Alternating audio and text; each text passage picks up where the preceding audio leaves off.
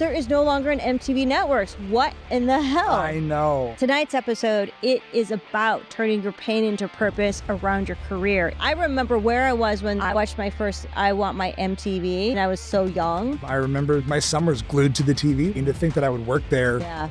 What a cool time to be there. I was having the time of my life coming up in the world of entertainment until it wasn't. Tom Freston was one of the most revered CEOs. What I think they did right, they did very little. They made decisions. They hired people and let them do their jobs. And I ran into him a couple times in the hallway. He was courteous to all levels of employees. You don't have to be a dick to be a leader. You can be a good human, inspire and motivate, and still be successful.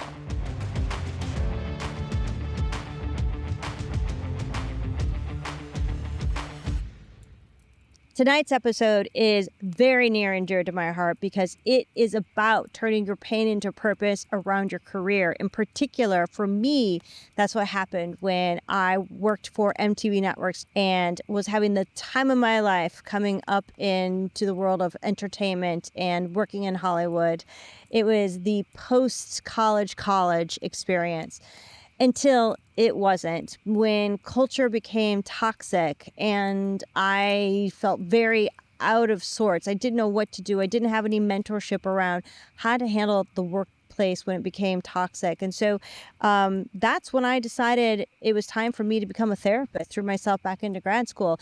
And in doing so, that's when I started discovering attachment theory in the workplace and how it wasn't just about the relationships, but rather how it was playing out in the workplace because of trauma bonds and workplace culture that was not healthy. It was dysfunctional. And while at first the culture was incredible and fun, like some cultures, when leadership changes hands, it became painful and scary.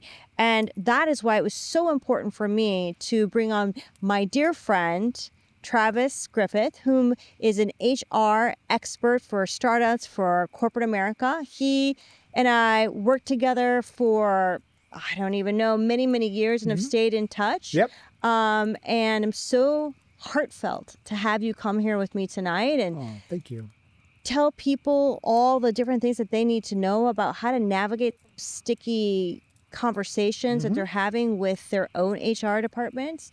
Yeah. We've worked on some cases since then with some of my clients, whether it's some CEO packages or exit strategies or just, helping some of the startup companies, launch their HR division. Thank you for joining me tonight. Thank you for having me 20 some years later, right? Yeah. How cool is this? This is great. It's awesome. I appreciate it. Thank you so much. Let's get into it. Let's do First, it. let's talk about there is no longer an MTV Networks. What in the hell? I know. I mean, I remember waiting to watch Michael Jackson's Thriller when they would say Thriller's going to be on in 20 minutes or at 3:30, right? I remember my summers glued to the TV watching MTV, and to think that I would work there however many years later, I mean, I never would have thought. I never would have thought. And what a cool time to be there. Yeah. I remember where I was when I watched my first I Want My MTV when that first came out, and I was so young. I was young, I promise.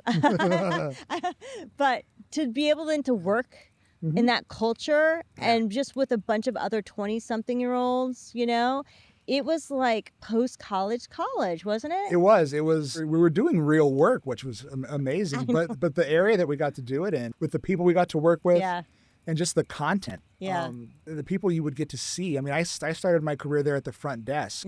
So I remember, just trying to keep everything together. And, Carmen Electra would walk in. I'm like, I remember watching her from when I was, in college and doing stuff. It was an amazing experience. It helped guide me to kind of who I am today in terms of how I work. And working with creatives is fun and challenging all at the same time, right? Yeah. So one of the great things that it taught me from an HR perspective is having to flex my style to the different people that I'm working with, right? Yeah, versatility. Yep. Working with a creative person is much different than working with a software engineer like I tend to do now, right? Software engineers don't want their hands held, and they just want the answer. Creatives, we had to do a lot of listening and a lot of nodding and a lot of, it's going to be okay. It'll be fine. We're going to get there, right? More relational, less logic. Very much, very, very much. The relationship had to be there. And if I went into business mode too quickly, they would almost be like, hold on. we're not there yet. Yeah. We're not there yet, right? Yeah. So it was a great time. Yeah. I think one of the last great eras of MTV, Wow. right? When there was still, where the VMAs were something that everybody watched. Oh, yeah. Right? And watched, but also, I mean, we got to work. I mean, maybe you just watched. I was backstage working some of those, you know, even though I predominantly worked for Nickelodeon, and we were always supporting the movie awards and the VH1. And it was an iconic time in life to get to say, you know, it wasn't that I wanted to be a celebrity, but sometimes it was just cool to be a part of that sphere at that time of life. Your experience was different, being in press, right? Yeah. So I was in the facilities group. You know, the janitorial inspections that were needed to be done. Very important work. Things like the copiers and things like that. I forgot you did that before HR. Yes. Yeah. Yeah. I was. And what's interesting though, recently with one of my startups, when it comes time to finding, you know, after you get your seed money or when you get your Series A, hey, we need real office space. I would go and find office space for clients. And what I find myself is going back in 1998 in the facilities department of MTV Networks. Working for Carly. Working for Carly. And the same questions and the terminology. And all of a sudden, all of this stuff came back. And I never thought in a million years that, you know, my carpet inspection or the kind of carpet we were putting down, I would ever work with that again. But it came in handy years later. Who would have thought? Well, I had to acknowledge, you know, a very important person in your life also worked in human resources. Yes. Your mom. Yep. Your mom, who is no longer with us, and unfortunately suffered from cancer and fought a good fight. Yep. And she worked for MTV Networks and head up human resources. Yes. One of the things that I think is really important here, a couple of things. One is, even though your mother was, you know, heading up HR in, I think, New York, right? Mm-hmm. Well, for the whole company, but yeah, right. It's based in New York. Yeah, sorry, thank you. You got your start at the front desk in Santa Monica. True. I was phone boy. It was the old David Spade. Remember the old David Spade Saturday Night Live skit when he was like, "And you are who?" That's what it was. So yeah, I think about that from time to time. Obviously, that was a huge benefit for me, but she did it so selflessly without thinking about how it maybe made her look internally with people, right? She got her kid a job there. That was a brave move on her part to do so. One that I'm very, very thankful for. But yeah, it was cool because I didn't all of a sudden have the cool job or anything like that. But, you know, she went out, she did something that, you know, probably caused a lot of people to turn their heads, right? There were times when it was awkward for me, right? But what I got from that experience was I got my foot in the door. And I got to learn a little bit about facilities, and I got my start in HR and those kind of things, right? But what was great is that opportunity that she gave me when it was time to move on, I was ready to move on, right? And I had worked with, you know, learned from the types of people that she thought the best of the best, right? Folks that she had hired, the folks that reported into her. So I got to learn from those folks. And without that opportunity, I wouldn't be doing what I'm doing today. So even though, yes, I love telling the story that I started as the receptionist, but looking back on it now with some perspective, now that I have, you know, my own child, that was a big move for her to do that. And I'm sure there was a conversation she had to have with her boss saying, here's what I'm doing. But to her credit, nothing ever came up to me about it. Well, I admire that regardless, you had to start at the front desk, like a lot of people had to do, right? And despite her position, because I think that's a critical, essential place for anyone to start, even when they have a parent that can give them a leg up, right? And because we're talking about your mom who has, you know, moved on, because of her end of life experience with cancer, and speaking of benefits in human resources, like, do you have a new perspective on why you do what you do and how you go about doing it? So one of the things I've taken from it, and I'm not a benefits person at all. People start talking to me about healthcare benefits and my eyes roll back in my head. I'm not detail oriented enough to deal with that. But one of the things that I have done is always gotten really robust benefit plans. And so I always tell folks, your benefits aren't there for when you need a Z-Pack, when we're sitting out on a nice evening and maybe we get the sniffles the next day. Your benefits are for when you get whopped with a catastrophic illness or injury. And I remember her telling a story about a friend of hers when she was working at Paramount when I was still in middle school.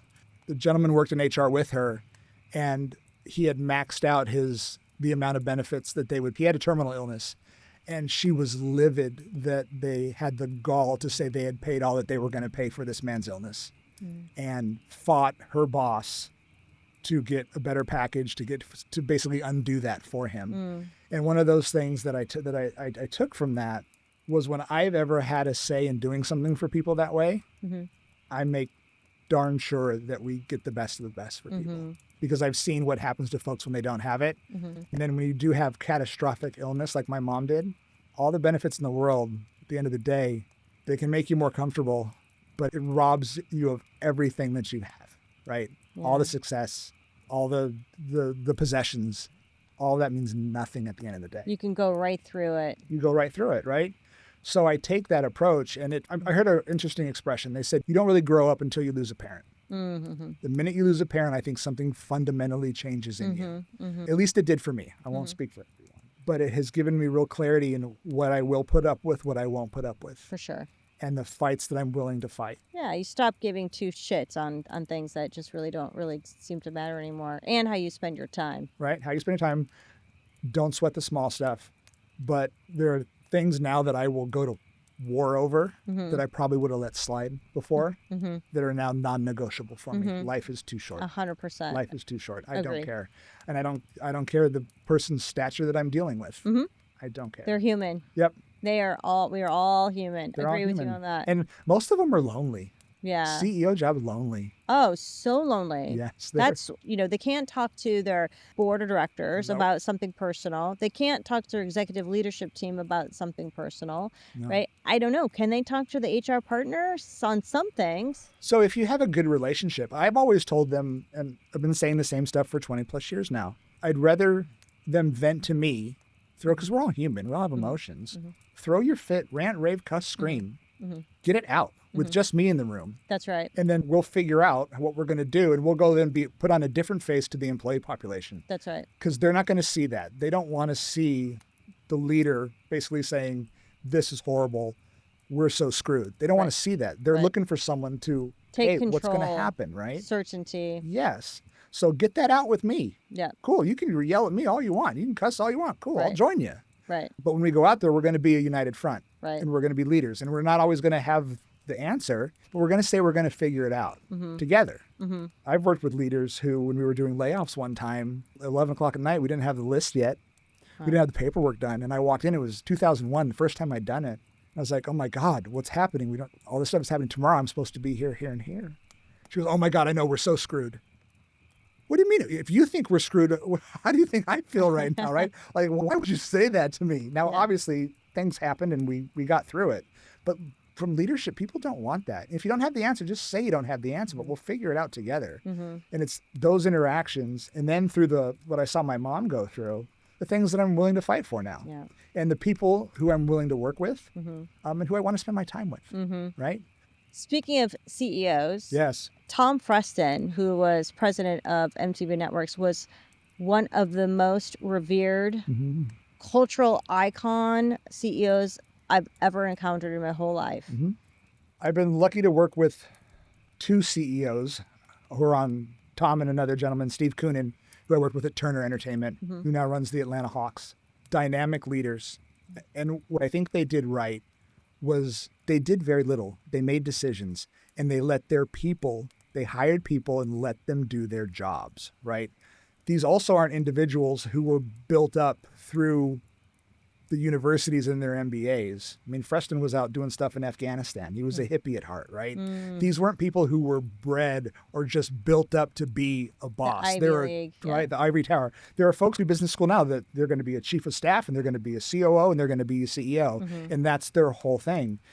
These guys' journey just led them there, and that's what I think made them such great leaders, was that they were people first, right? And they let their people do their jobs, and they took risks.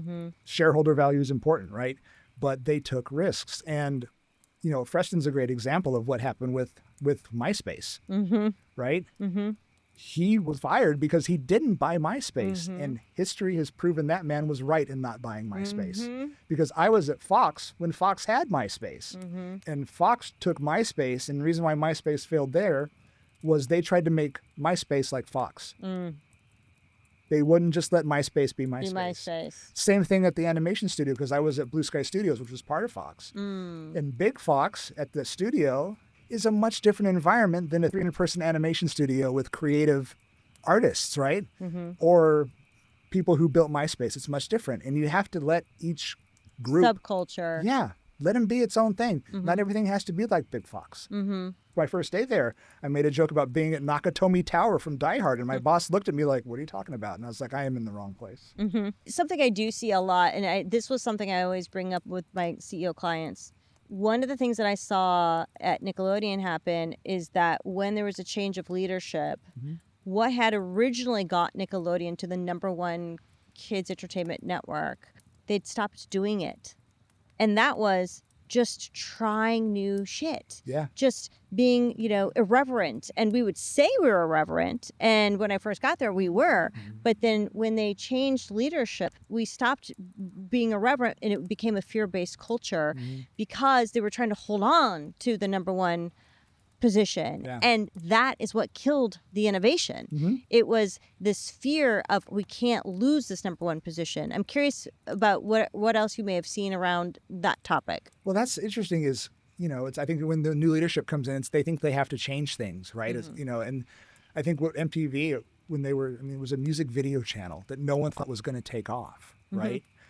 So they could try new stuff all the time. And I think that's where people get complacent and people get scared. It's like, what if I do this? What if I spend this money on this show or on this product or on this app or whatever it is and it doesn't go? Then it's my ass on the line, right? And I think a lot of it has to do with people stop innovating when it's not self-serving anymore. I think a lot of the innovation that was done at MTV back in the day was they were fighting for survival. So they were throwing shit against the wall. And thank God some of it stick and it made them look like geniuses, right? But they had no other choice, right? And once you're at the top, there's only place to go but down, right? Yeah. And to their credit, MTV is still a channel, but it's not based on what it was anymore. And it doesn't have the cultural impact that it did. We were on the tail end of it. We were on the tail end of it, right? We saw the first few seasons of The Real World. The original reality show. And now that's a majority of the programming out there, right? Yeah. But it was unheard of when they greenlit that first series back in New York. So from your perspective, that was Tom letting the people he hired play and discover and innovate and greenlit what they believed was going to be successful. Yeah, show me something different. Show me something that's not out there already, right? Take a swing. I think it was also okay to fail because the expectation wasn't there. So it was okay if a show didn't necessarily hit because there was no expectation of it, right? Once the expectation's there and then all of a sudden things become flops. These shows didn't work out. They didn't spend that much money on them. They put them on at 12:30 at night. It's fine. And I ran into him a couple times in the hallway. I was not anybody at the time. And he seemed gentle to me. Like he was courteous to all levels of employees. And I raised that because I want to talk a little bit about, like, you don't have to be a dick to be a leader. True. You can be a good human and inspire and motivate and still be successful. That don't be a dick rule is one of my favorite ones. One of the things I've learned is I worked with a CEO in a startup who I had my team working in a conference room. Okay. And they were in a conference room and they were doing work for the company. And the CEO walked in with the head of sales and walked in and they were sitting in there and the head of sales, "Oh, no, we'll go somewhere else." And the CEO goes, No. This is an executive conference room. This is for executives." And kicked out my employees. Oh, wow. I was pissed. Where I am now in my career, I would never work for him again because he doesn't respect the function. And I called him out on it and he apologized to my people, but don't treat my people that way. Yeah. They're working hard for you. What he did was so insulting to them as his employees, but also to the function and the role that they served within the company. Never again. And you didn't see that kind of ego with Tom Freston. No. He could talk to the intern just as well as he could anybody else. Yeah. But he had an approachability to him. Yeah. Because I think he was confident in who he was. It's the insecure ones you got to worry about. 1,000%. Yes. right? 1,000%. And I remember I've always been very protective of my people. Mm-hmm. So what happened? Oh, we got kicked out. They needed the room, fine. But it was the language that was used and the arrogance, this holier than thou attitude. I think though that we had to come into that, right? We had to come into our own because I mean, I gotta be honest, like when I was starting out, like I'd go on set, no one actually showed me what the call sheet meant. Right. And I think that was intentional. It was intended to be intimidating and kind of just figure it out for yourself. Yeah. And fortunately for me, I'm someone who's going to figure it out. Yeah. And I may not raise my hand and ask too many questions, but I'm going to take it home and study it and understand it, right? At least at that phase of life. Back then, you kind of did have to do a lot of fake until you made it. 100%. You definitely had to do that. And I think also a lot of it comes, though, there's a lot of hazing that went on in entertainment, right? And it was the fact that I was treated like shit when I was in your role. So I'm going to do the same thing to you, right? And I think one of the many good things that's come about in the workplace recently is I hope a lot of that stuff has stopped, right? That bullying. Well, no one showed me, so you just have to figure it out. Like some of the best leaders I've worked with are the people who helped roll out the carpet, right? Who did whatever was needed. And I think you would see leaders like Tom Freston do that. It's once again, it's the insecure ones. And I really hope that's changed. And I've seen it less, but you're right. It's hard to find your voice. Yeah. Because there's a lot of risk. And as you get older, my give a shit factor has just gotten smaller with that kind of stuff. I don't care. I won't put up with it anymore. Yeah. Right. And I hope that's changing the workforce. I really do. I think what's great about Gen Z is they don't put up with that stuff. I was just going to ask you, because I don't work as much with Gen Z. They will call you out if you're being a jerk. And I mean, you and I are Gen X, right? We're lazy and we don't care, right? That was us, right? Are we lazy? We're lazy. I thought we just didn't care. We didn't give a shit. I think it was more we didn't give a shit. We definitely were lazy. So every generation that comes in, but regardless of what people, I think millennials got a really bad rap with the helicopter and the participation trophy nonsense, right? Gen Z just says the stuff that we were always told, oh, no, that's not your role. You can't say that, right? They stand up for themselves. Good for them. Good for them. And whether cranky executives like it or not, that's your workforce, people. You better learn to manage it. I don't care whether you agree with it or not. Figure it out. Well, aren't we in the generation or the era rather, where you've got boomers, Xers, millennials, and some Gen Zers all working in the same company? Yeah, 100%. How do you navigate that as a leader, as a CEO and HR partner? There's different things that's important to each workforce, right? The boomers are on their way out. Bless them, love them. And now Gen X, we could be the cranky ones a little bit, I guess, right? But Gen Z, millennials are just, I mean, look, they were born with 9/11, the 9/11 happened, they've just had it horrible. But Gen Z expects a lot from their work, right? They want to work for companies that have a purpose and they also get to have a life, right? So I think a lot of the problems you see, especially with remote work and things like that, people who have a problem with it, it's because they're just not used to it. So you have to force folks to go outside their comfort zone. It's like, I don't care if you don't believe in remote work. That's the expectation. Do you want this person? I worked with a company who they were hiring software engineers in San Francisco, and their minimum was 4 days in the office with 1 day. And I'm like, you're going to fail. You're picking a battle you can't win, but also doesn't even need to be fought. These folks work. They're here. They're working. GitHub. Is there a business or an industry or a role or a function other than sort of like manufacturing where they have to be in person? Like, what is the reason to come back to the office? I think it's because that's how it's always been done. I think there's a lot of money spent on corporate real estate. I think there's a lot of micro people who don't know how to be leaders and micromanage their people. I don't care how long it takes you to get it done. If you get your work done, your full-time job, you get your whole full-time job done in 20 hours a week, awesome. Good for you. As long as you're delivering, I don't care. I really don't. But people who weren't brought up that way, they feel like people have an easy way out. And it's just, the world's changed. COVID changed things and proved that we could work remotely. I personally, I like a mixture of both.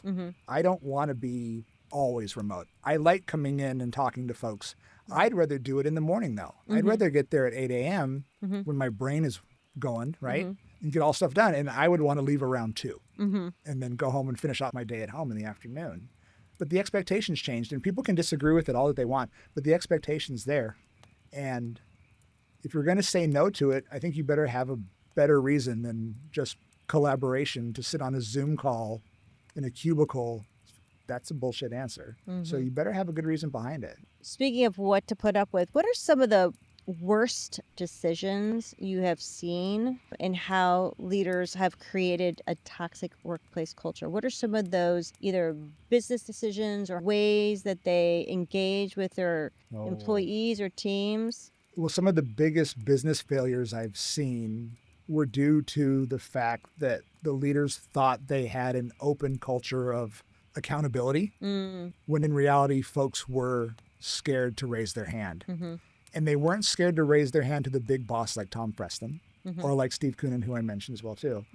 They're scared to raise their hand to the mid-level manager, to the director. So then when something doesn't plan out, the boss is like, how did this happen? What are you talking about? How did this fail, right? It's because the stuff never actually got to them. What was happening at that level that made them afraid to raise to that mid-level executive? I think people have always been in a room where, I mean, at least I've been in a room, I'm sure you have too, where it's like, hey, let's get creative. Raise your hand. Let's go outside the box. Let's figure it out. And someone dares to raise their hand and then just, boom, gets smacked down from it, right? People are also insecure. What if my person who works on my team gets credit for this instead of me? I can't have them say that's going to make me look bad. I should have come up with that idea, right? And some of the accountability I've worked with teams, it doesn't matter if you're in finance. It doesn't matter if you're in facilities. If you have an opinion on something that you should feel accountable to our company, to our product, right? If you have an opinion, please, we want to have an environment where you can raise your hand and say so. So can we develop an avenue where employees can come and have that conversation? And we've done that at some companies with just open lunch, and not even lunch and learns, just what they call it, MTV PitchCon or whatever, where they let people come and pitch shows, things like that, right? I remember when I was working at Turner, we launched the show Dallas. Remember Dallas? JR, Who Shot JR and all that stuff. It was an 80s soap opera in prime time. Oh gosh. And we relaunched it. One of the things that happened is on the premiere, they live tweeted the entire script of the premiere. And someone was talking about that, like, what a dumb idea is that? Someone's not going to sit and read the script. Whoever thought of that was dumb? Well, no, it wasn't, because a person in finance, this is a true example, gave that at one of those open lunch meetings as an idea of what to do. And that person was right. No one read along to that, but a lot of media groups wrote articles on the fact that they were live tweeting out the script, which then got eyes on the relaunch of Dallas. Yeah. So it wasn't about the script at Twitter. It was just about the idea that got the press for it, right? And it came from someone in finance. And how awesome is that? Yeah. They all of a sudden felt like they had a piece of this show launching on TNT again. So how would you say, I mean, I understood like pitch day and things like that, but on an everyday basis, how can different level executive teams get their employees to ensure that they are pushing down a culture of curiosity? They have to be authentic in their leadership. They have to be trustworthy. They have to walk the line, and their employees have to know that they can come to them, right? You can't afford to make mistakes. I always tell folks on my team, I want you to make mistakes. Please do. It means you're trying something new. Don't make it over and over again, because then we have a problem. But if you're trying something new and you're honestly just, hey, I'm throwing it up against the wall again, by all means, go for it. But you have to have leaders that are okay with that. And a lot of leaders aren't. And that's going to slowly change over time. I think it changes over generationally, like as the different generations move through their employee life cycle, right? I'm hoping Gen X is better at it than the boomers were, but I'm afraid that pretty soon we're going to be the okay boomer hashtag, right? A little bit. I don't want to be like that, but I think it's going to be like the millennials and the Gen Alphas for, people saying, oh, those damn kids got a lot of cool ideas. They know who they are and they're not afraid to stand up for themselves. But you have to have leaders who will back their people up, right? To get that culture of just accountability and where they feel like they have a say is they have to feel safe. Because sometimes, I mean, the best ideas are the wacky ones, right? You would have thought Jackass would have worked. Totally. Right? Yes. Excuse me. You got to go someplace when you're pitching an idea like that, that it's going to be safe and you're without the fear of being laughed out of the room. And then if you're trying to grow your career and you're not in a position where you can be like, screw you, I'm out of here, people are afraid of that too. Yeah. It's going to take time. Yeah. It's going to take time. And unfortunately, I think there's very few companies who operate in that way. Yeah, I agree. Very few.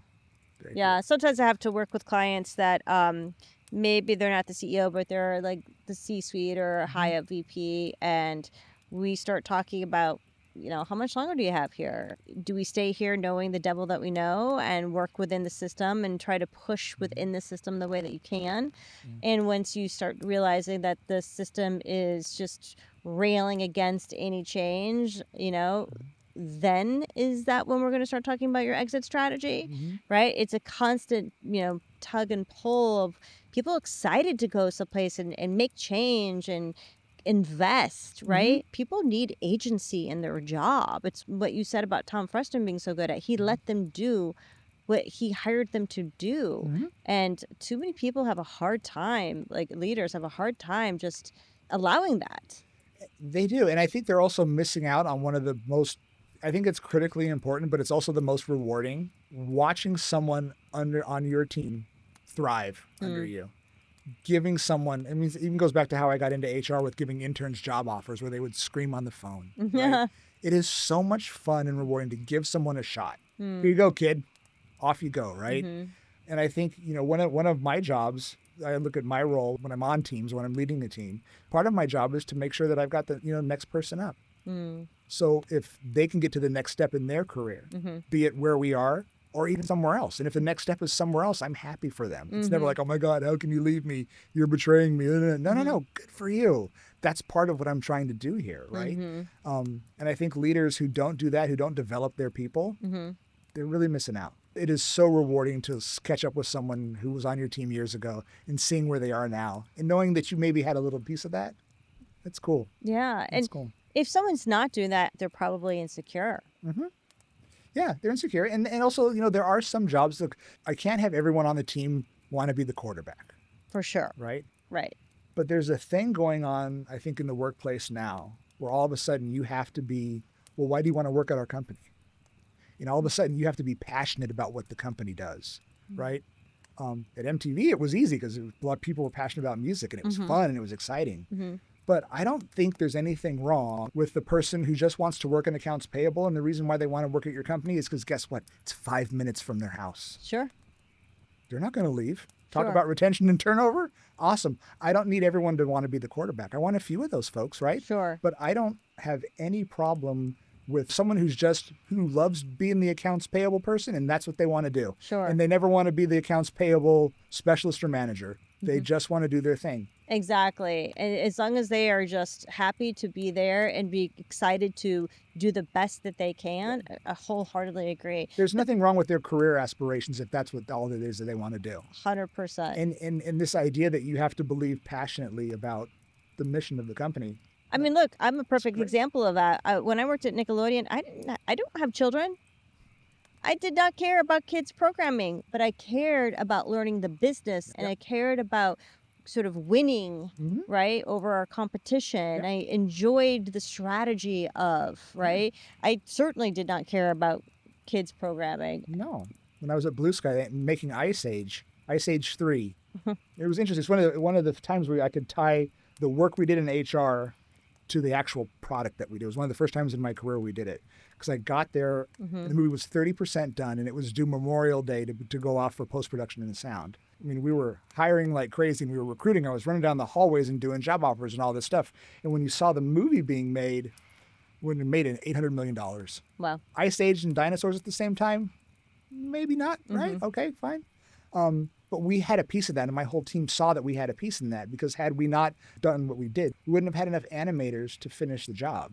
I wasn't passionate about animated movies, but I enjoyed the business of it, like you just said, right? I enjoyed the process of getting it done. We started here, the movie's 30% done, and it made its tentpole release for 4th of July. Sure. And our team had a piece of that, right? And I can say specifically that it would not have gotten done without HR's influence. And sometimes that's hard to see in companies, right? Sure. Your exact impact on the product. But I didn't like kids' movies either. And I was like, oh, we got it done. It's just nice to be contributing and being part of a bigger purpose like that. And at least it's something cool like a movie. Yeah, 100%. Yeah. Agreed. We're going to talk a lot about like CEOs and founders, but I also want to talk about, when there is an unhealthy corporate environment or a startup environment. What do people do when they can't talk to their boss about some of the ways that they're behaving that is having an impact on their emotional and psychological well-being? where maybe it's not quite fully illegal, but they're really harsh, they're really critical, they're really just not a good leader, they're not motivating. Crappy leadership, right? Yeah. What does someone do? Because most people, gotta be honest, Travis, don't trust HR. We're taught that they are there for the company. And frankly, I often say that to my clients. Yeah. Right? So what are they supposed to do? Full transparency. Leave. Unless you trust your HR person. Unless you have a relationship with that person, right? People throw around a lot of terms, right? Hostile work environment. People love to talk about they work in a hostile work environment. It's a legal term, right? What most people call a hostile work environment is what we just talked about is crappy leadership. Yeah. Right? Agreed. People yelling, screaming, swearing. Yeah. Not necessarily at them, but in general. Sure. Tone of voice, just being rude. Scapegoating, withholding, all of it. You can have the conversation with the boss, but at the end of the day, that's just not the company for you, right? And I wish I had a better answer, and I wish you could go to HR and everything would be great. When people have brought those things to me, I'll tell them what I just told you. It's bad leadership. It's not something I'm happy that's going on here. I'm happy to speak on your behalf, but you're going to have to give me permission to because I'm not going to break confidentiality with you. But this, if you're not comfortable working with that style, this just might not be the place for you. And guess what? If you leave a year from now, you're going to be fine. You won't even think twice about this place. Yeah. What if someone were to say to you, I've got a family to feed. I can't leave. There are too many people depending on me. Yeah. I can't do anything without you giving me permission to try to fix it. If you just need a place to vent and this is how you want to manage it, you can come in here and vent at me all you want, whenever you want. You can come in here and you can say whatever you want. And you can call that person every name in the book, but nothing's going to change unless you allow me to help. But that means we're going to have to sit in a room and have the old come to Jesus talk and have an uncomfortable conversation. No problem with them at all. But you got to let me help because just complaining about it, nothing's going to change. But does it work? Sometimes. Does it work for you as the HR person? You say sometimes, but do they ever retaliate, the leaders, and tell you as the HR person to just get rid of them? They have. They absolutely, in the past, have tried to retaliate. And when they do, then they see a different side of me than they just saw in that meeting. That's not okay. And if a CEO wants to fire me for sticking up for the employee, please fire me all you want. But are you symbolic of a lot of HR leaders like that? I would hope so. At the end of the day, when you have those tough conversations, people react differently when they feel like they're being judged, right? Tell me more. If I'm having a conversation and someone's being a jerk, right? Guilt is a wonderful thing in human resources. Let's say you said something off-putting to your coordinator, manager, assistant, VP. I always look at it this way. How would I feel if someone said those words to someone I cared about?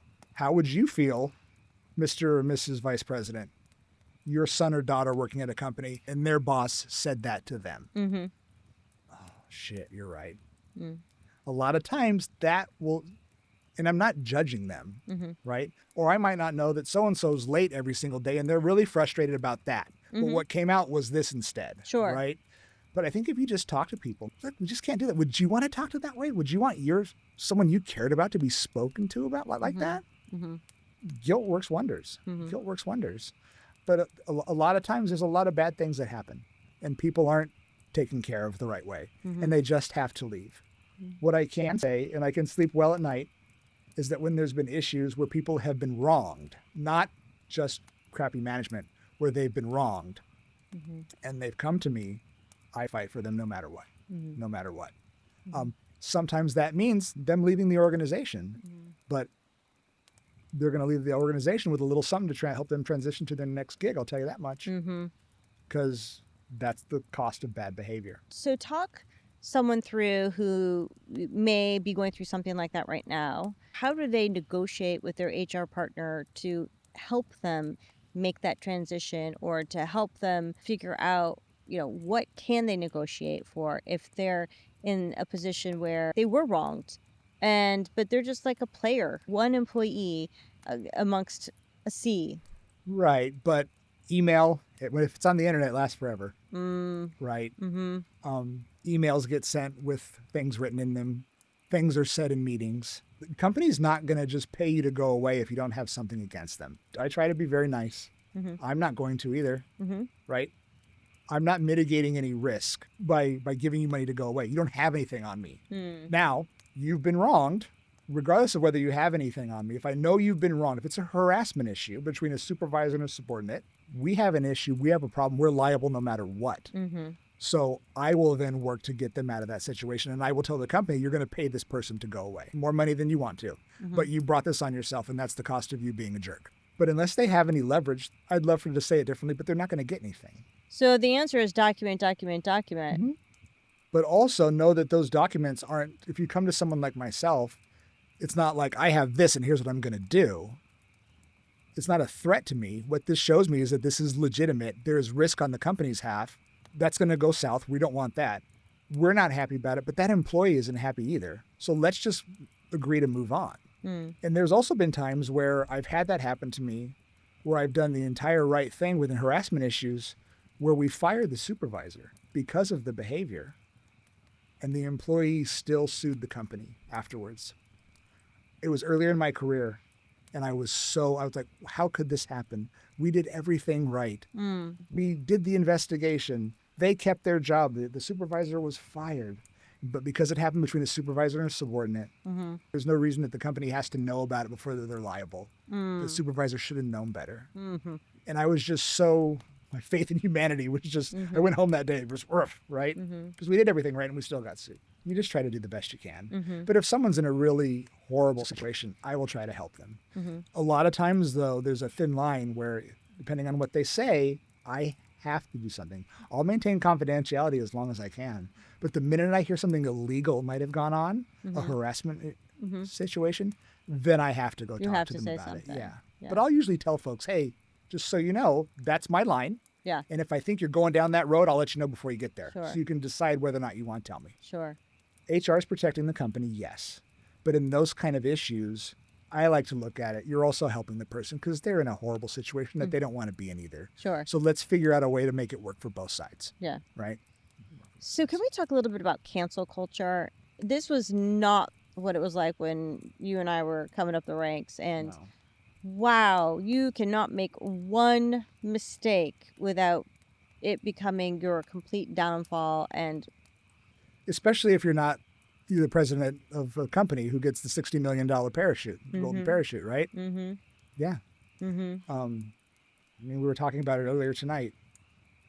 I wouldn't want to be judged on my behavior on my worst day ever. You know, No. I think there are some folks cancel culture would have hoped to affect and has affected that are bad people. But I think a lot that happens is people who were just judged unfairly on the worst day of their life. I think that's so well said. I'm glad that when I was kind of coming up through the ranks that there weren't iPhones and cameras everywhere and all that kind of stuff, right? I know I've said and joked about things I shouldn't joke about. Especially at the MTV Christmas parties. Oh my goodness, right? Those movie awards, the movie awards after party, right? Yeah. And someone's bad moment doesn't make them a bad person. That is really well said. Yeah. Yeah. Some folks, okay, cancel you. You're a horrible human being. Get the hell out of here, right? Right. But I think it's happened to a lot of folks where it's just a comment made that wasn't funny, that it shouldn't be funny, that they should apologize for it. Sure. But they don't need to lose their livelihood. Oh. Their family doesn't need to be harassed. Right. The kid who's all of a sudden, having to move or whatever, kid didn't do anything. It's because of what the parents said or did. Give me a break. Sure.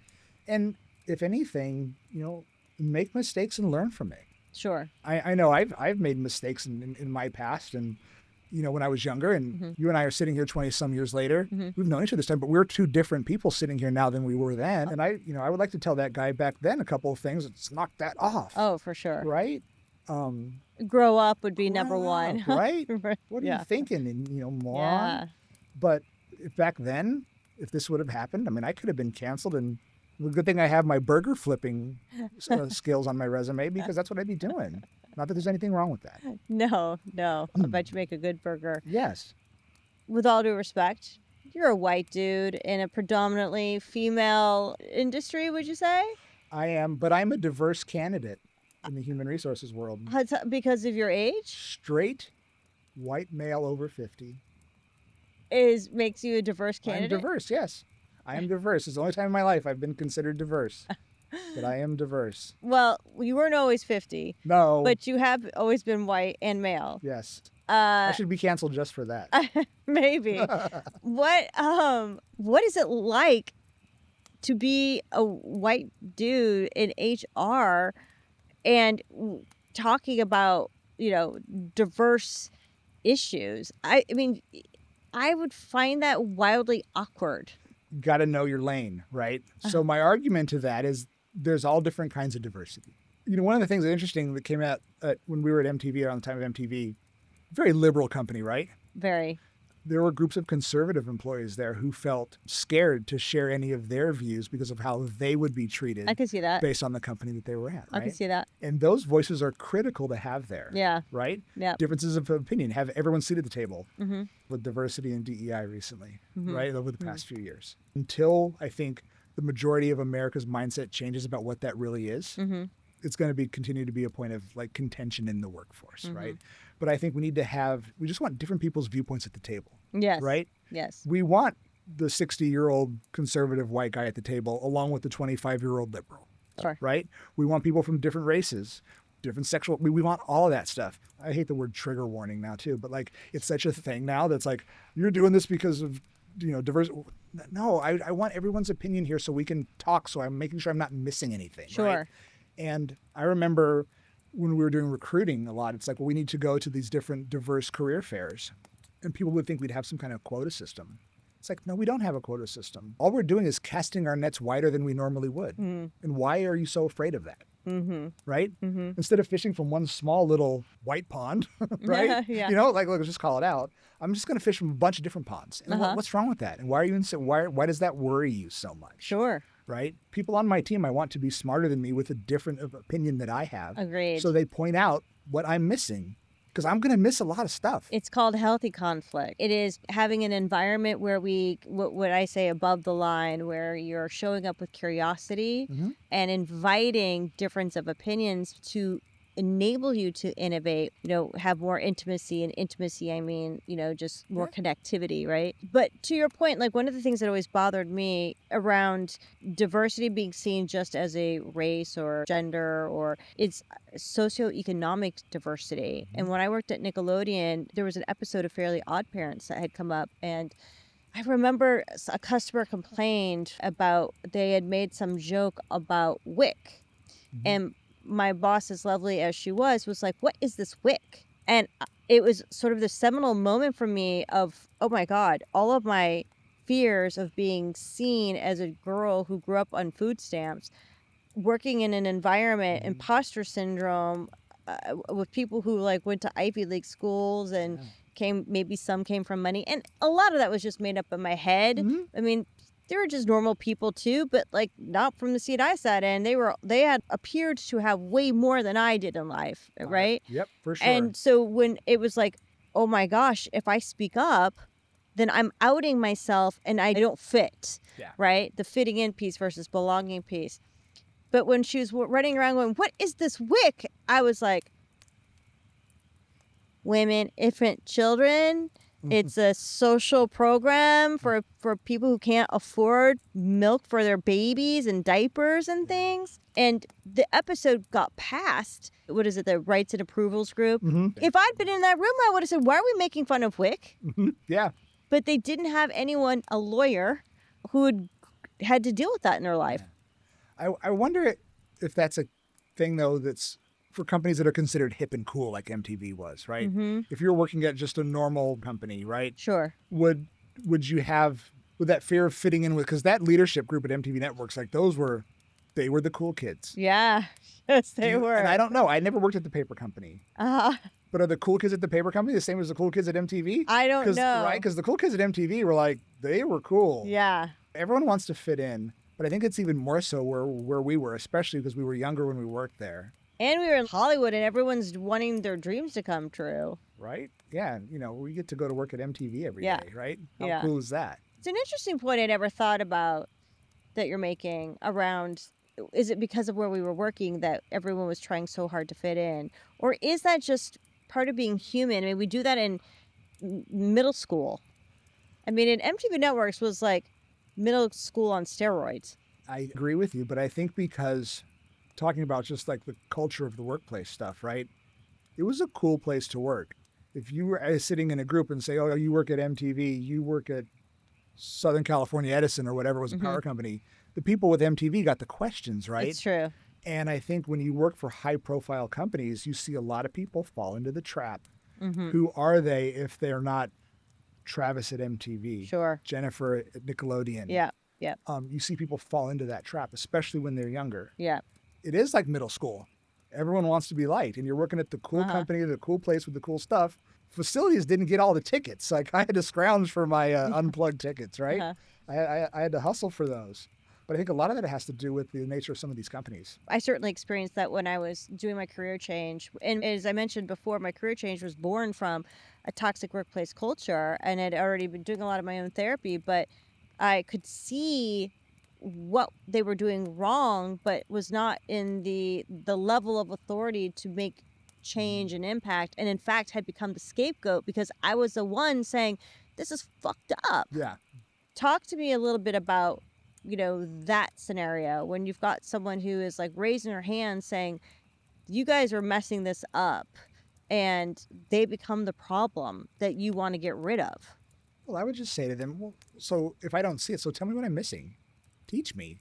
What is it that I'm not seeing? Because here's how I'm saying it. Convince me. And we can eventually disagree, and that's fine. Or you could change my mind. But I'll go back to what I said earlier. There's certain things that people will draw their line in the sand on, right? And if you get to that point, and we can have an open, honest, non-confrontational conversation about it, I hear you. I just don't agree with you. You just have to then decide whether those are the kind of places where you want to be. It's a lot harder to do, though, when you're early career. It's a lot harder to do when you're the sole breadwinner. That's right. It's a lot harder to do when you're in an environment like we are in right now. Yeah. It's easier said than done. Yeah, and sometimes I just tell, depending upon where they're at in their career, but sometimes I tell clients, you can't care more than the CEO does. You can advocate for what you believe is right for the organization. You can go in and talk about what you think is the more important direction based on whatever your reason or logic is. But after you've advocated and made your case, at some point, you kind of just got to say, I've said what I needed to say and let it go. Or go. Because you then become the problem. And what I know for sure is companies do not want someone who's constantly complaining and whining and acting out. They'd rather have someone around, most companies, not all, but most companies would rather have someone who's mediocre at their job, but likable and people like working with them, than the person who is a badass, but who is too disruptive in the way that they work. Well, there comes a point where you've said what you've said, to your point. What are you going to do about it? Until you're in the position to make that decision, you're just not there yet. Right. I appreciate your point of view. There's probably some other things you don't know about, though, based on maybe the level that people are at. So I appreciate their point of view. But if it's that big of a deal to them, then maybe it's just time to move on. Yeah. And that's fine, right? Or until you get to the seat where you can then make that decision. I have a hard time with too much negativity in general in life. I'm not toxic positivity. Ted Lasso. I love Ted Lasso. Great leadership lessons in Ted Lasso. But I'm not that way. But after a while, someone who's just everything sucks all the time. No, come on, everything doesn't suck. Yeah. It's not. Give me one good thing, because it sucks the life out of you, and it drains on other people as well too. Right. It's the old thing about when there's a decision to be made. Agree or disagree, but commit. Right. And you can disagree and you can say you disagree, but if the group decides we're going another direction, then don't go afterwards and start doing this and doing whatever you can to sabotage it. Agree or disagree, but you commit to the answer. And if you can't commit to it and it goes against something you believe in or just what you want to do with your life or your career, then bless you, move on, go for it. Find your next gig, put your 2 weeks in, and you wish everybody well. Agreed. Right? I agree. You wish everybody well. I regret that, when I was younger and didn't have that mentorship, that I didn't have that kind of advice or wherewithal to know that, right? Because I'm a little scrappy. Yeah. I'll stick it in there thinking I could change the person or change the situation. And you really you only have so much control. So I don't care if it's a marriage or a workplace environment, you have agency. You may not like the choices that you have, but you have choice. Yes. People, it's like, oh, they're holding me back. They're sabotaging my career. I hate to tell you, they don't care that much about you. Yeah, I agree with that. They really don't. Go for it. Go do what you want to do. Yeah. You don't have to work at MTV. Right. You don't have to work at the paper company. You don't have to. You can do that stuff. It is easier said than done, right? It's easy to sit here along our nice fire and say, if you're not happy, you go and you change it. Because that's not real life. No. But you can get yourself mentally in a place where I'm going to do my job to the best of my ability. But my long-term goal is this, is to get out of here, and I'm going to do that. So I'm not going to let this get to me. I'm going to do my time. I'm going to go home, spend time with the people I care about the most, my family, my friends, my dog, my cat, whoever. Right? But I'm going to get peace knowing that I've already made the decision that I'm not going to be here, even though I'm still here right now. Right. It's not where I'm going to be, and I'm going to be okay. That's right. Yeah, as I was saying, I will work a lot of times with some of my clients that I'm executive coaching on. I know that, that you want to be stocked, so that you can have your family have the life that you want to have. So what are we going to do to make it through to that number? Because you got about 3 more years. Maybe we need to reevaluate if that's the right number, if it gets worse. Maybe we just need to, start slowly, putting in better boundaries around your work schedule and not answering emails at 6 o'clock in the morning when you first wake up. Instead, maybe answer them at 8 o'clock in the morning, so that it is more sustainable for the, foreseeable future if it's a toxic workplace culture and you got to just get through. Yeah, and think about the impact that stress has on you as an individual, how that feels just on your body, but also think about the impact that it has on the people that you care about the most around you. You might not even see what's happening to them. Are you coming home? And when you come home, are you your best self? Are you who you want to be for your family? Right. Right? Or for your dog? Right. Or whoever? You can't put a price on that. You cannot put a price on that. So it is about setting those boundaries, right? I've seen people, I can't say that it was, directly the causation, but it was certainly a correlation where they ended up with cancer from too many years in a, toxic culture. It doesn't even have to be totally toxic. It can be just unhealthy, right? And working themselves to the grind, right? Entirely. Like, I'm all about ambition, but I also have recognized the importance of, to be sustainable and to still have a actual healthy in your body life, when it's, by the time you get to your 50s, you need to be able to work less from a place of survival. I read this article after my mom passed, and it made complete sense. There was a study done on senior level executives and what happens to them after they finally retire. Higher number of people who are in senior level roles, very stressful, on all the time, like answering emails on Thanksgiving. When they retire, their rates of catastrophic illness goes sky high compared to people who aren't in those roles. And when their body finally relaxes and just takes a breath, all the things that it's been fighting off, just eat it alive. My mom worked incredibly hard. I can visualize her sitting in an office talking to Tom Freston about the CBS deal and getting it done at 11:58, 11:59 at night, so it got done, or else it wasn't going to go through. And it got done. And very large bonus checks were cut to the team that got it done. Very large. Very cool things were purchased. For what? 3 years later, 3 years post-retirement, didn't even get to enjoy all the things that she wanted to do. All the cars and the houses and the boat, gone. So what was that work really for? What was it for, right? I think it gives you perspective. It's much easier said sitting here around the fire to talk about it. I get it. But I've seen it firsthand, literally, the relaxing that happened, right? And then just wiped out one day, completely just didn't get off the couch. Was it worth it? Was it worth listening to people ranting and raving and, especially, whiny creatives? Bless their hearts. Use the bless your heart again, right? Listen to them rant and rave what way they think is important. Yes. At the end of the day, what do you got from it? It gives you perspective, right? And it's easy. Perspective is easier as you get older, but it fundamentally changes how I work with people, how I speak with them, who I will work with. Oh, for sure. and who I will do my best to try to help. For sure. Right.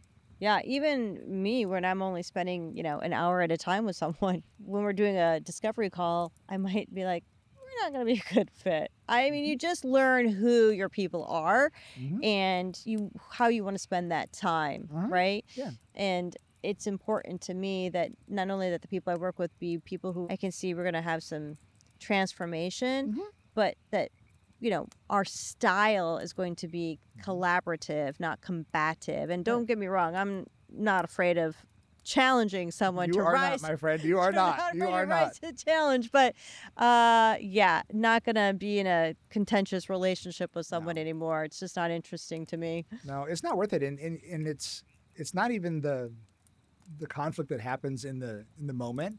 It's what you take away with it. Like I said earlier, it's when you're interacting with the people that you care about the most. Right. Why is Dad so quiet? Why is Dad so grumpy? Yeah. Because some asshole pissed me off 3 hours ago. I've got to be grumpy for my wife and kid now? Oh, it's not fair to them. Emotional spillover. It was all of my dissertation. Bleh. Yeah. No way. In fact, I work with people on how do we prevent that. If you're in an environment where you're carrying it home with you, mitigate that before you get home for that exact reason. Because then your kid starts thinking it's them, that they did something wrong. They start making up the stories in their head. Yeah. It's a circular problem for sure. And I think it's getting better over the years. But I mean, this whole thing is, well, she got to be quiet when Dad gets home. Yeah. Oh, let's not make Dad or Mom upset. Sure. Kid didn't do anything. Sure. Right? And some person, has that impact who's not going to be in your life they're going to come in and they're going to pass and be gone. You're going to have impacted people who you really care about. It's important to keep that perspective. Look, we all have jobs. We all need to put food on the table. We need to pay the mortgage. We need to do all that kind of stuff. But you have to be able to protect yourself. And knowing that if it isn't working out, and you hear a lot about toxic workplaces. Sure. Right? And it's a word that gets thrown out there a lot. There's a lot of shitty managers. Yeah. There's a lot of people who were just beat up as they were coming through the ranks, and they just think they need to beat people up too. And a lot of people are insecure. I've been very fortunate to work with great people, wonderful people.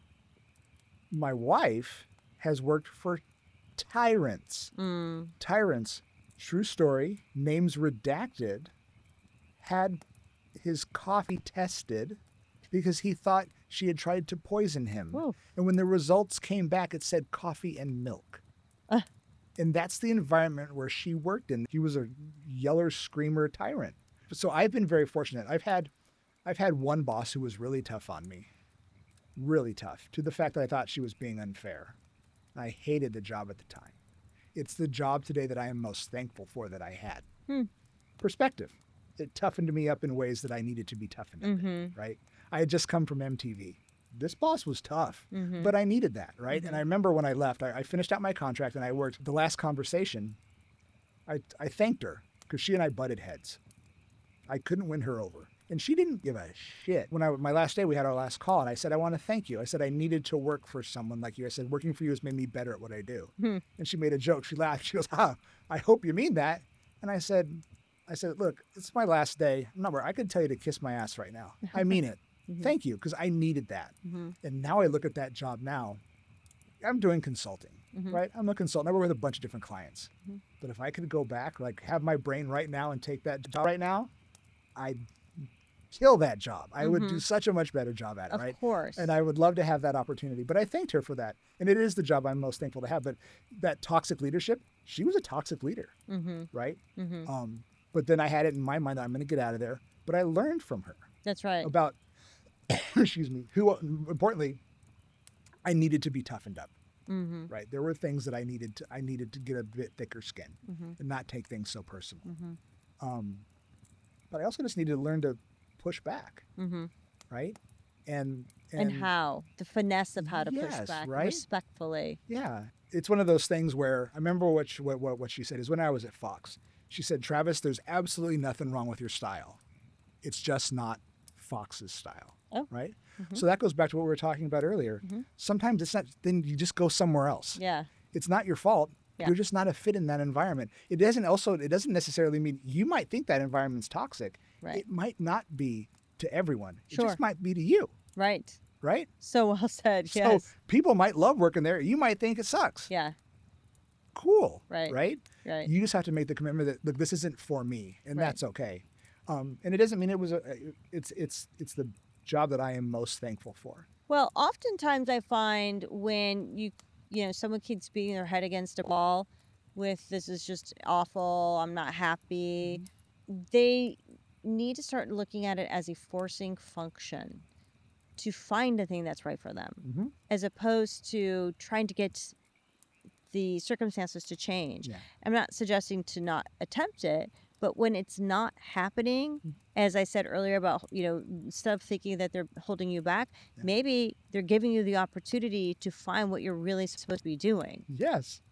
You've figured out, wow, I don't like this. This isn't for me. Right. This over here sounds like it is going to be for me, right? Right. And just because it's not for you or just because it doesn't work out, it doesn't mean it's a failure. It doesn't. People are still figuring out. I learn things from clients all the time. Every new assignment that I take on, I find something new and different to go do. And if one doesn't work out or continues on, it doesn't mean it's a failure. It just means this wasn't a fit, right? It helps find out who you are professionally and personally. It's work-life balance in a sense where it's not about PTO and things like that. It's about how your work affects your life and keeping it all in balance, right? As a whole human being. So can we get into some nitty-gritty? Sure. Maybe I'm a executive leadership team member, C-suite member, not the CEO, and I want out of my contract. What are some of the best ways for someone like that to negotiate getting out of their contract? Behind the scenes HR plays for them to know, to be mindful of, as they're negotiating. Sure. So the number one thing I tell people, they can't make you show up at work. Okay. They can't. Contract law has changed dramatically in the past few years. The law states they cannot stop you from earning a living in your chosen profession. Okay. Right? Now, if you're breaking a contract early, they can stop you from working at competitors during the length of that time. Okay. Right? They can put non-competes in there, but a lot of non-competes don't hold up. Yeah. At the end of the day, they can't make you show up. So it's about going in and just having the heart-to-heart conversation. I'm not feeling this anymore. I'm not going to do this anymore. Let's come up with a transition plan that works for me and works for the company as well, too. So the company doesn't have to know anything about what's going on in the back end, right?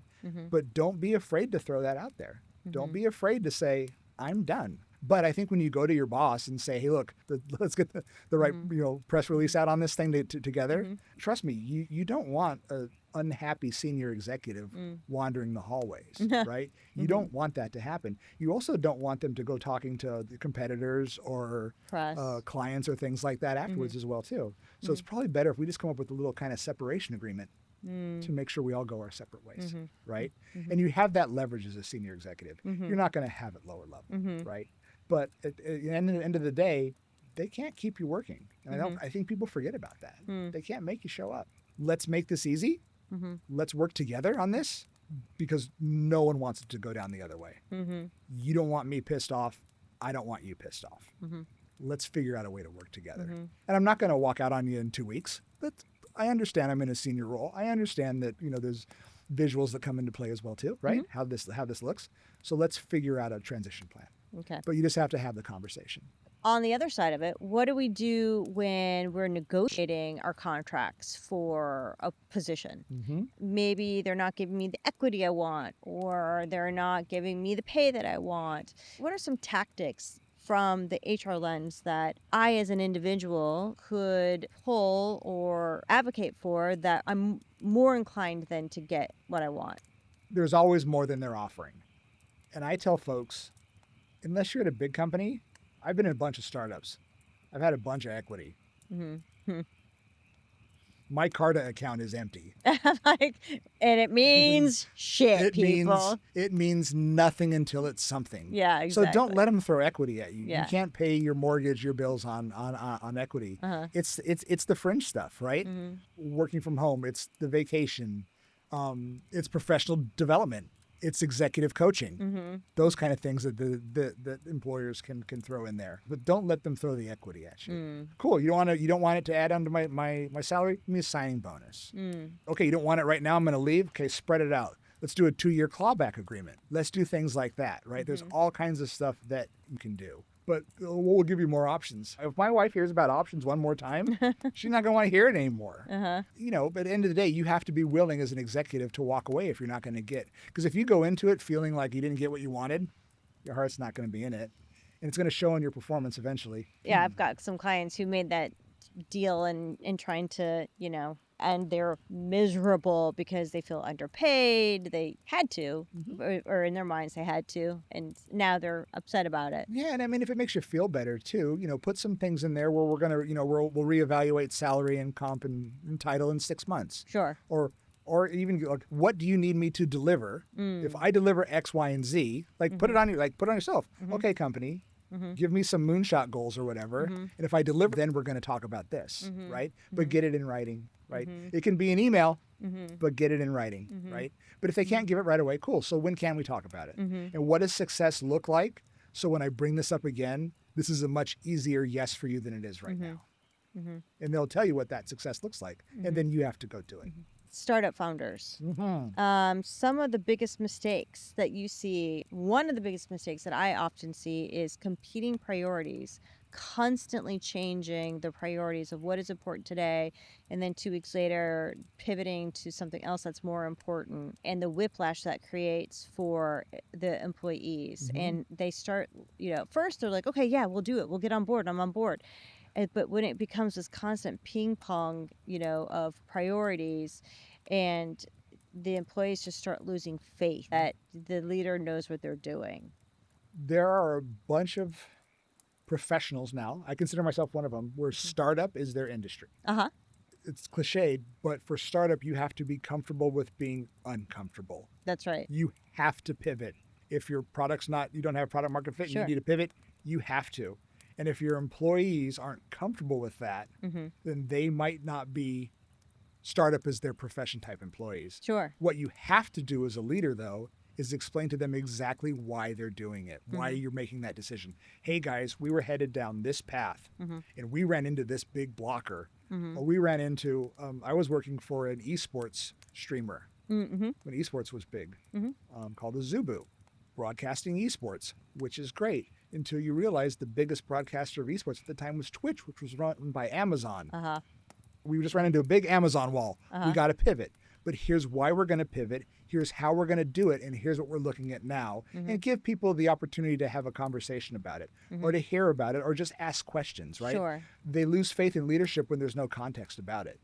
But that pivot in startup, you have to be okay with that. And I've had folks do it on my team. We were running out a whole new hire orientation only for the CEO to be like, we're going to hold off on some of this stuff. Let's put a pause in it. It was heartbreaking. Startup. That happens. You have to be okay with that. Sure. You have to be comfortable with that, with the uncertainty. But, you know, startups it's not for everyone. Yes. I got real tired of hearing about burn rate. Yes. Oh, God. What's our burn? Yeah. What's our runway? Oh, God. Runway. Yes. My nightmares about runway, right, in the startup world. Because there's just that day where the money is gone. Sure. I love it. I think it's fun. I like starting because you start with a blank sheet of paper. Sure. We don't have an HR function. Cool, let's go build one, right? Yeah. My last one, I oversaw HR. Facilities came back up again, right, after my MTV days. IT and finance. Not a finance person, not an IT person, but I can listen and I can hear where they're struggling and where blockers are stopping them from doing their work. Right. And I can get that out of their way so they can go do it. Right. Because being in charge of HR and in my role, people had to listen to me. Sure. So then I could get that shit out of their way so they could go do what they want to do. High risk, high reward. The Facebook receptionist who became a gazillionaire when they went public and things like that. But most startups, if you get to Series A, 80% of them fail before they get to Series B. So what are some of the bigger mistakes that you're noticing that the CEOs and founders of startups are making? They hold on to too much. Meaning like they don't delegate? So they have their baby. Yeah, right? yeah. And they feel like they have to, there's two things here. They feel like they have to do everything. Yeah, yeah. They have to be able to delegate. And they have to realize that other people's opinions about their baby might be the right thing for their baby. Right. Even though they disagree with it. Agreed. The other thing is that one of the key mistakes that they make is they expect the employees to care as much about the company as they do. Yep. Why in the world would they care as much as you do? Yep. Right? And they act like it's life or death. Sure. Unless you're making the cure for cancer or other Parkinson's or whatever, it's not. Yep. It's a crappy tech product most of the time or whatever. You know what I mean? Yep, I do. And they expect people to, like, we talked about that earlier. Like, well, why do you want to work here? Because I need a job and it's 5 minutes from my house. Right. Do I need to care? I worked at a radar company. Mm-hmm. We were doing radar for stuff. Cool stuff. I wasn't passionate about radar at all. Mm-hmm. I learned that there are radar geeks out there. Uh-huh. These folks really are into radar. Good for you. I wasn't into it. Yeah. But it doesn't mean I couldn't work. It doesn't mean I couldn't contribute. It's this idea that you have to be as passionate about it as they are. Well, if you're going to require that, you damn well better pay them the same then. Yep. And don't add more stuff to my Carta account. Yeah. Yeah. Add something that's going to reduce your runway. Because that's what it means, right? Yeah, it's high risk, high reward, because most of these things don't work out. Yeah. The esports startup, the investor put $75 million in to this esports site and has absolutely nothing to show for it to this day. The company that I was a co-founder on after that, we did ad tech for like the Comcast of Thailand, named True Communications, got us through COVID. Super grateful for that. It was a solid single. We're closing up the company right now. May get a few bucks out of it, but nothing like you thought it was. Sure. And it's all experience, but it is not for everyone. Sure. And the leaders have to understand that, and they have to understand that this idea. I hate when I hear that we're a family. Agreed.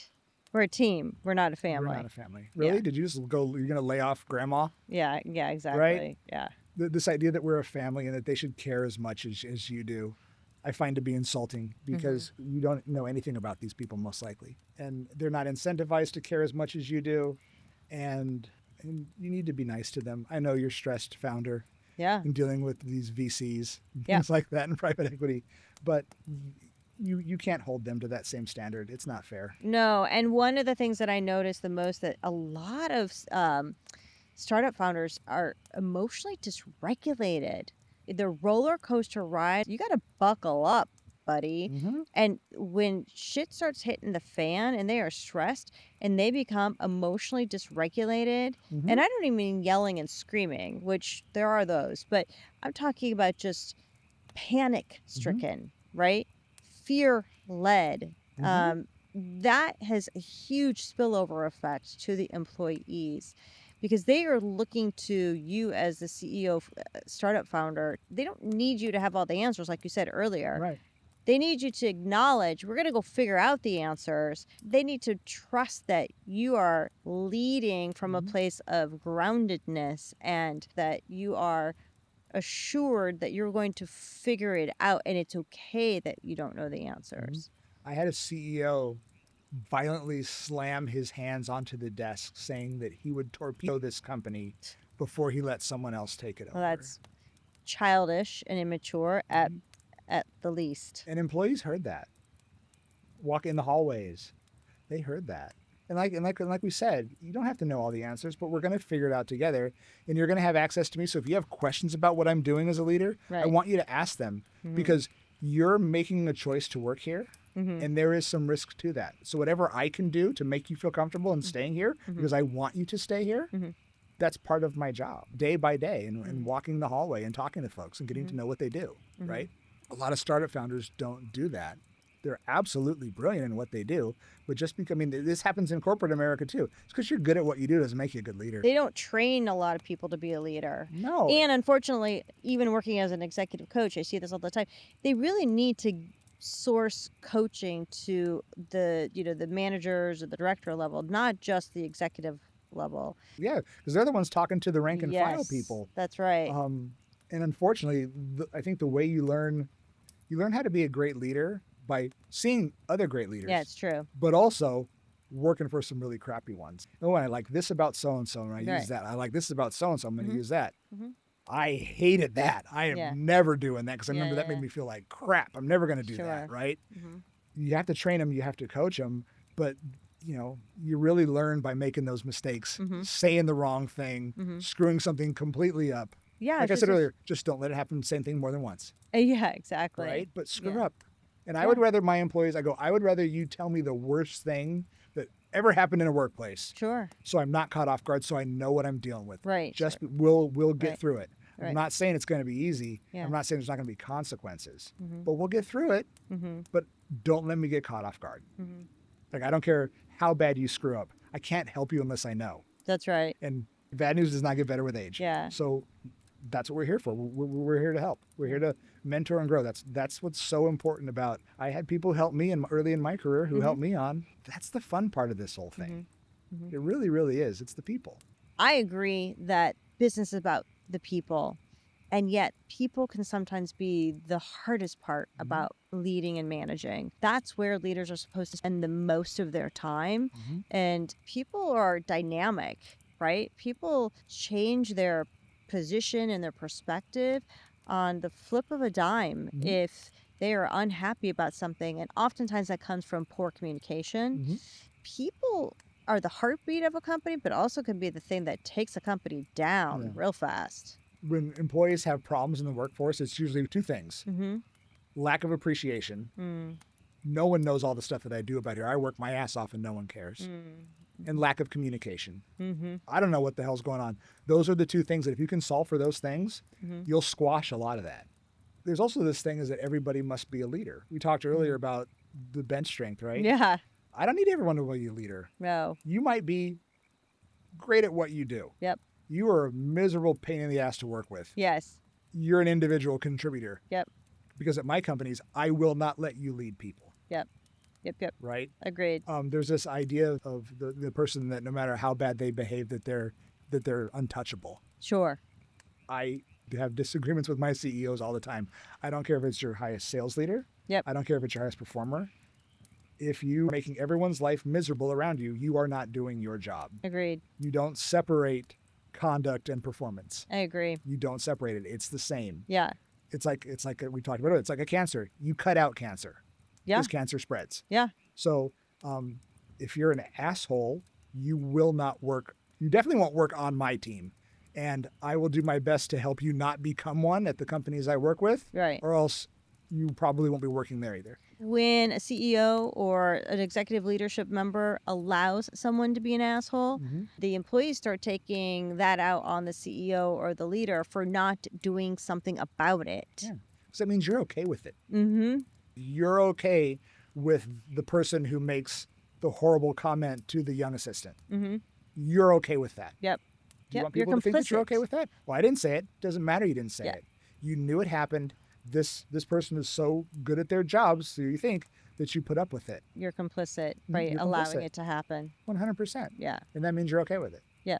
I agree. And if you're okay with your employees thinking that about you, so be it. Yep. But it falls directly on your shoulders. I don't think there's anyone at a company who's not replaceable. Yeah, including the founders. Yes. When I was working at the startup that I helped co-found, we fired 3 of our founders. Well, I was going to actually say that I do a lot of co-founder conflict sessions, and that's an interesting dynamic because you're talking to people who founded the company, and they're having a hard time dealing with each other and aligning. What is your experience? It depends on where you are in the life cycle of the company, right?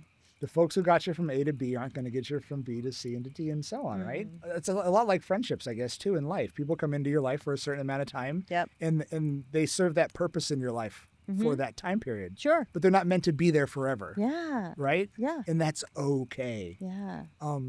With founders, I would hope that if you're a founder and you realize, hey, I've kind of played where it's time for me to do something else, maybe just be on the board or move to an advisory role or things like that. Sure. You would think that since that's your baby, yeah, you would do that. Ego makes that tough. Sure. Ego makes that tough. Sure. But it comes down to when you have to have those conversations, it's treating people how you would want to be treated, with dignity and respect. Yeah. Right? It's not some drag, yelling, screaming, horrible, you're an awful person conversation, right? It's like, here's where we are. Here's where the company's headed. And I would think if you're being rational about it, you can understand that. And as a founder, you'd be like, you know what, you're right. That's what's best for us right now. Company. And there's other ways you can contribute. I find, though, that people wait too long, so they get angry and resentful, and that's when they start going kicking and screaming. And it's their ego, and they try to and they try to bring it down with them. Right? Yeah, and that is so unfortunate for the company, but also for the employees. They really respected them and really kind of looked at them as like, wow, like an inspirational leader, right? Sure. And then they see that and the damage that does. You can undo so much goodwill so quickly with one silly little tantrum. Emotional intelligence. You hear a lot about, like, don't just stand there, do something. No. Don't just do something. Stand there. Oh, I love that. Right? Take a minute. Think. Breathe. Yeah. If you're going to make a bad decision, it's not going to become worse because you decided to take a breath and think about it before you did it or said it. Just think for a second, right? Yeah. I call that the yellow light moment. Okay. Use the yellow light to make a more responsive, intentional decision as opposed to a reactive decision. Because you react to a car crash, you either go or you stop. Yep. Yellow is like, what do we want to do here? Right? Yeah. What's our next play? Yeah, right? That's right. Yeah. What are some subtle things that CEOs or founders do that are telltale signs to you as an HR expert that are going to ultimately make people leave? Emotional instability. Taking things personally. Holding people to a level that's unacceptable based on where they are. Expecting them to care as much about the job that you do. And forgetting the fact that these are human beings.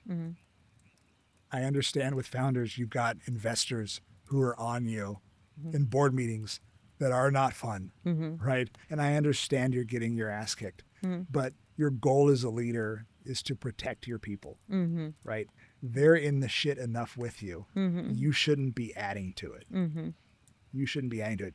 You need your trusted group, maybe even your trusted fractional HR consultant, right? Or executive coach therapist who you can say all the horrible things to. But like I said earlier, you can't do that to your people. And if you're ranting and raving and you're making emotional decisions, flip it. Take a breath. It might seem really black and white, but the people who like slam their hands on the desk, people who have that emotional outburst physically, forget it. Yeah. I also see some leaders kind of talk shit about other employees in front of some of the employees, and those employees are like, well, what are they saying about me? And that goes back to your point, like, say it to you, say it to me as the executive coach, but don't say it to your employees, don't say it to your board members. Like, those are not safe spaces for that. No. There's a scene in Saving Private Ryan where they first get the assignment and they're walking through this open field area. The guys in line are all complaining about this stupid assignment to go find this kid, and why are we doing this? This is stupid, I hate this is lame.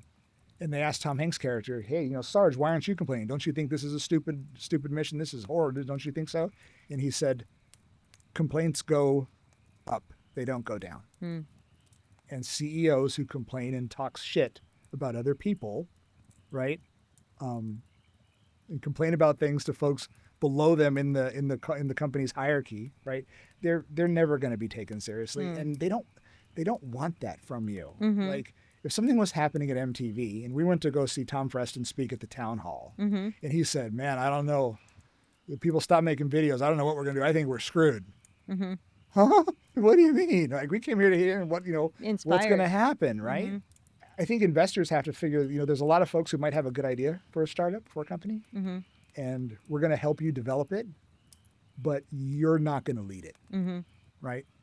And smart folks will understand that they're not the people to lead it. They'll put their ego aside. Totally. What's one sign that you can tell from a meeting that's like, ooh, we're on our way out? This culture is about to see a mass exodus. When people who normally care stop caring. When someone who would be normally the one to speak up in a meeting and say, hey guys, we need to take another look at this. When the person who was the most passionate, who was the biggest fan, becomes complacent.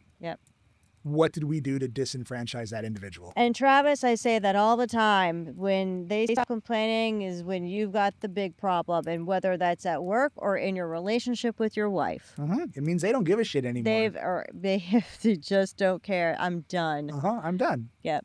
Yep. Yeah. 2 + 2 is 5. Awesome. Sounds good. Is it lunch? Is it time to go home yet? Cool. Thank you. Yep. I'm checked out. If I'm not trying to improve the system because the system doesn't quite feel good or right anymore, it means I'm just giving up that it could possibly change. And how sad is that for that individual? Yep. Right? Who cared so much. Yeah. Who came in with all these hopes and aspirations and really excited to be there. And the person who actually did believe in the mission. That's right. Who actually cared. Invested. Yeah. To get them to a point where they're like, ugh, whatever. Yep. It's heartbreaking. Yep. Think of it as if it was your child. Yep. Who was so excited about something, got their first job. And to hear them come home, a year later. Yep.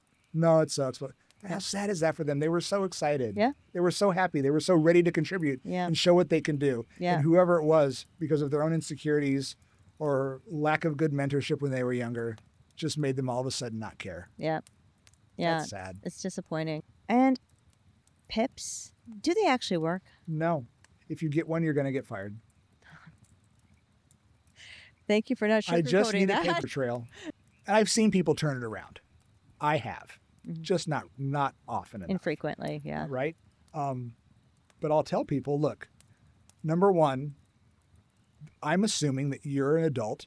I know I'm an adult, and that this is the last time hopefully you're going to have to talk about this again. So if you see me in the hallway or having lunch, don't duck and run the other way. I am not thinking about this. I have other things to think about. I'm not thinking about you in this document, right? I'm also not going to put failure to make immediate and sustained improvement in the next 30 days because anyone can do it for 30 days. And on day 32, they screw up again. And then I've got a document that means nothing. What I will say is, hey, look, after this meeting is over, we're adults. I'm going to assume we're done. You're going to fix what's in here and we're all going to move forward. Sound like a plan? Awesome. However, you have to commit to wanting to do this. After we leave this meeting, you go back to your desk. This is the standard that you're being held accountable to. So if you don't want to or don't think you can, you need to let me know and we will work something out. Right? We will work something out. And that's when I would go and maybe try to help. Let's pay them 2 weeks. Let them leave now. Let's pay some COBRA for them so they can, whatever we can do, right?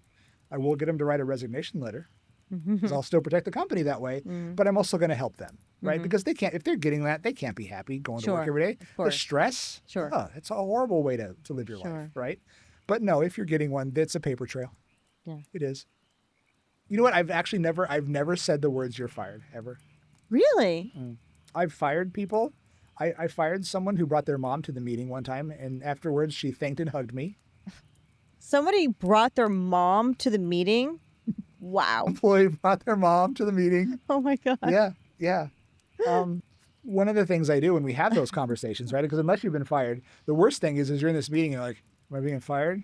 Am I not being fired? I can't tell yet. One of the first things I say is, look, we're meeting today because we're terminating your employment. So they know they can't talk themselves out of it. The decisions are made. And also they're not sitting there for 10 minutes tortured what's going to happen by getting fired or not, right? But I talk to them my way I'd want my wife to be spoken to. Sure. And I explain to them what's going to go on. And I also tell them, look, this sucks now. You're going to be fine. Yeah. You are. Yeah. This doesn't mean you're a bad person. Yeah. This doesn't mean you're a failure. This the one thing didn't work out. It's no big deal. You're going to be okay. Can we just talk about the fact that when someone is like letting someone go or firing them, I know that, HR has to tell the executives that's, firing someone to just follow the script, right? But years working with someone and been to their home and helped watch their dogs or been to Christmas like really personal stuff.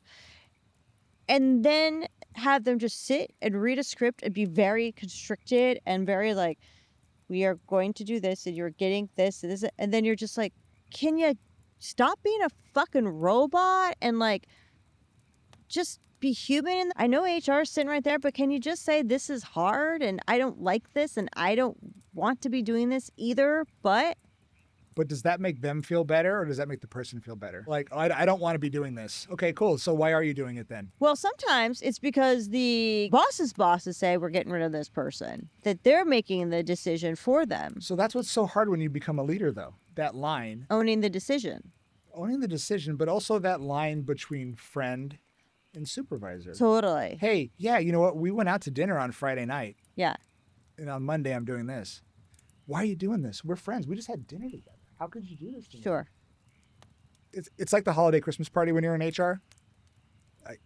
The parties aren't, and even like the summer outings and things like that. Once you're a leader, no one ever wants me there. Right? I'm fun. You the are leaders too, but I am. But the parties aren't for you anymore. Yeah. Right. Yeah. They're for the rank and file or whatever. Yeah. And if you cross that line, it doesn't. If you cross that friendship supervisor line, it doesn't. It can only go south. Right? Because heaven forbid you have to have that conversation. Heaven forbid. What if the person takes advantage of it and coming in late all the time? Sure. It's fine. Remember, we were out having a good time Friday night, or last night, whatever, right? Yeah. Or what if it's the fact is that it's just a layoff and you had to lay them off? How can you do? You know my family. You know my personal situation. Yeah. How can you do that? Yeah. It's not that you're cold. It's not that you don't care. It's not that you don't want friends. But when you get to a certain level, you don't get that anymore. Yeah, I don't know, Travis. This is where I may not fully align with you. I agree with you that there is a line that you can't cross. I do 1,000% agree with that. But you could still have compassion in the room with the person you're laying off. And I think you're saying that, but you can say like, this sucks. I don't even enjoy this. And this is what needs to be done. Acknowledging that it's a difficult moment. As long as you acknowledge it, that you're not making it about how it's difficult for you. Making it about you and not them. Oh my God, I hate to have to be doing this. That's this is fair. so hard for me to do. That is fair. I wouldn't make people stick to a script. Yeah. I would by all means. Yeah. Throw that human element into it. Yeah, exactly. But and I can say this because I learned the lesson the hard way. I'm so sorry we're meeting like this. I know how you must feel. Mm-hmm. They want to give you the big bird. Mm-hmm. Oh, really? This is hard for you. Yeah. Great. Okay, I'm so sorry this is hard for you. Yeah. Oh, you know how this must feel? Yeah. Oh, are you losing your job today? Yeah. And can't feed your family tomorrow and can't buy Christmas presents. Yeah. And you asked me how I learned that because I said it. And I was like... That is tough. Yeah. That's tough. But also leaders have to know if they're not capable, if they're so close to this individual that they can't have that conversation the way that it needs to be had, to make it brief. Yeah. And know when to get the hell out of the room. I can't do this. Mm-hmm. Tell HR, tell whoever, I can't do this. Mm-hmm. And then, meet up with them later after work or whatever it is. But hopefully you have a relationship with someone who won't just sit there and read a script and go over determination for one of my clients. And the guy was just in shock. And I let him sit there and be in shock. And he got teary-eyed. And I let him just sit there and talk. That's great. And I kept getting Slack messages. Can you hurry up? We need to have our all-hands meeting. Like, I don't give two shits about your all-hands meeting. This guy just lost his job. Yeah. I'm going to let him sit here so he can have his dignity when he walks out. Yeah. Yeah. You still have to toe the company line. You can do it, but I wouldn't say the script. Screw the script. We're human, right? Yeah. But so many people make it about themselves. Yeah. Right? Yeah, that's right. And I think that's very sage advice for sure. This has been wonderful. This is so cool. My friend. Yeah, it's so nice sitting here. Yeah. Chatting about stuff. I feel like it's just a normal conversation we would have if we were just kind of even just catching up on stuff. Absolutely. Right? But really why I wanted to do this with you is the valuable behind the scenes knowledge that you have and to share it with anyone that needs it, because positions of crisis in companies, they don't feel safe to turn to their HR person. And so part of why I wanted you here and why I went into the business I went into is like, I wanted to be there for the people, right? I want to make companies so great to work at. So when the recruiter calls, or the headhunter calls, they don't even pick up the phone call. Provide for them so well that they can go out and enjoy their life with their family and their friends. Sure. And that's what I want it for. If what we can do makes them not have the Sunday scaries where they're dreading going to work. If I can make a place where people don't feel that way, and they can come in and they can do meaningful work that they care about, that piques their intellectual curiosity and provides for their family, I love doing that. Thank you so much for taking the time to watch and listen. It helps me a lot if you subscribe to our channel here, and look out for future episodes on YouTube, Spotify, Apple, or wherever you get your podcasts.